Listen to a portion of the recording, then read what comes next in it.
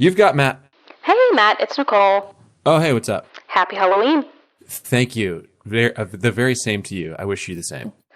Speaking of Halloween, I've been thinking about scary stuff. Yes, I'm always thinking about scary stuff, but this time of year it's really heightened. Oh, yeah? What kind of scary stuff? Well, just there's all types of inflatable, in the town where I live, it may be different than New York, but there's all kinds of inflatable, frightening things around town, you know? Oh, Matt, I was thinking scary like the underregulated industry of stem cell therapy. That was not my initial thought. That's what I think of. Speaking of scary stuff, did you listen to the podcast Dr. Death, which was created by host and reporter Laura Beale? It was about 33 patients in Texas who went in for surgery and had their lives changed by an incompetent doctor. Oh, yeah, right. Laura Beale broke that story open, and now she is reporting on another important story, stem cell therapy and a bad batch that gave a group of patients disastrous results. Bad Batch will investigate the multi-million-dollar underregulated industry of stem cell therapy where corporate greed and patient desperation collide. It's an industry that claims to treat pain, autoimmune diseases, infections. The podcast is a cautionary tale and an important listen. You're about to hear a preview of Bad Batch. While you're listening, go subscribe to Bad Batch on Apple Podcasts, Spotify, or wherever you're listening now. There's also a link in the episode notes that will take you there.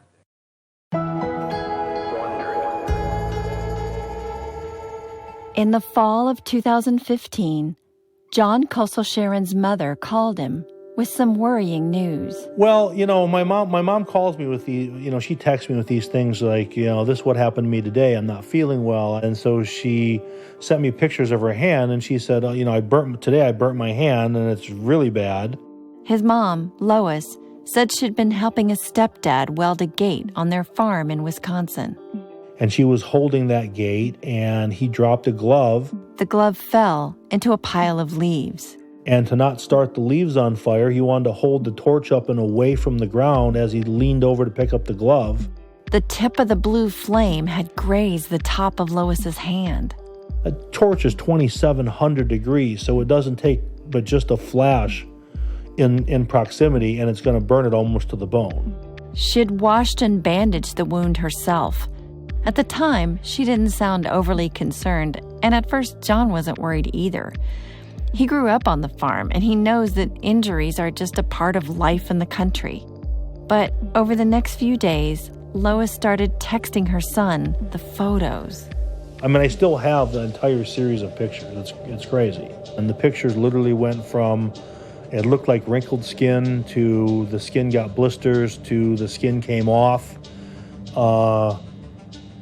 Until, it was really looking like the first 3, 4, 5 layers of skin had come off. If you've ever suffered a severe burn on your hand or anywhere else, it's painful. A constant searing pain that won't go away. Finally, his mom went to see a burn specialist. And the burn doctor at Madison was saying, you're probably going to lose this hand because as bad as it is, there is no way you're going to be able to keep infection out of there. Then, John had an idea. A few years earlier, John had tried a new kind of treatment to help heal a knee injury, and it had worked great for him. So he thought maybe Lois should try it for her hand. She was willing to give it a go. You get so desperate, you'll do anything at any cost to try to live. John flew his mother to California. He brought her to a clinic where she was hooked up to an IV and given stem cells. And just like that, her hand started to get better. And not just her hand. She'd had arthritis for years. But after the stem cell treatments, that started to get better too. She stopped taking medication. She stopped taking pain pills. She was able to walk. She had a garden. She had, watched the grandkids. She can answer her phone and type on a smartphone. So it was life-changing for me, really life-changing. Aside from healing my hand. For John's mom, the treatment worked. Across the country in Texas, Elaine Dilley tried to help her mother with stem cells just like John had done. My husband and I would do anything to help her. But she would not be so lucky.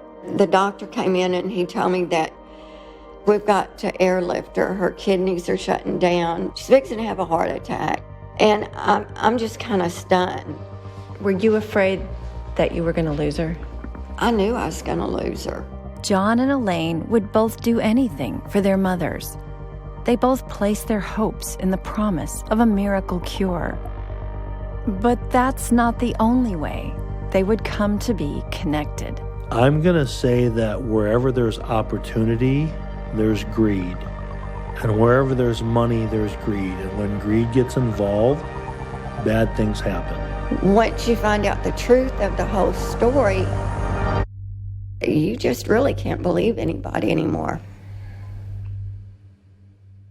That was just a preview of Bad Batch. To listen to the rest, subscribe to Bad Batch on Apple Podcasts, Spotify, or wherever you're listening right now.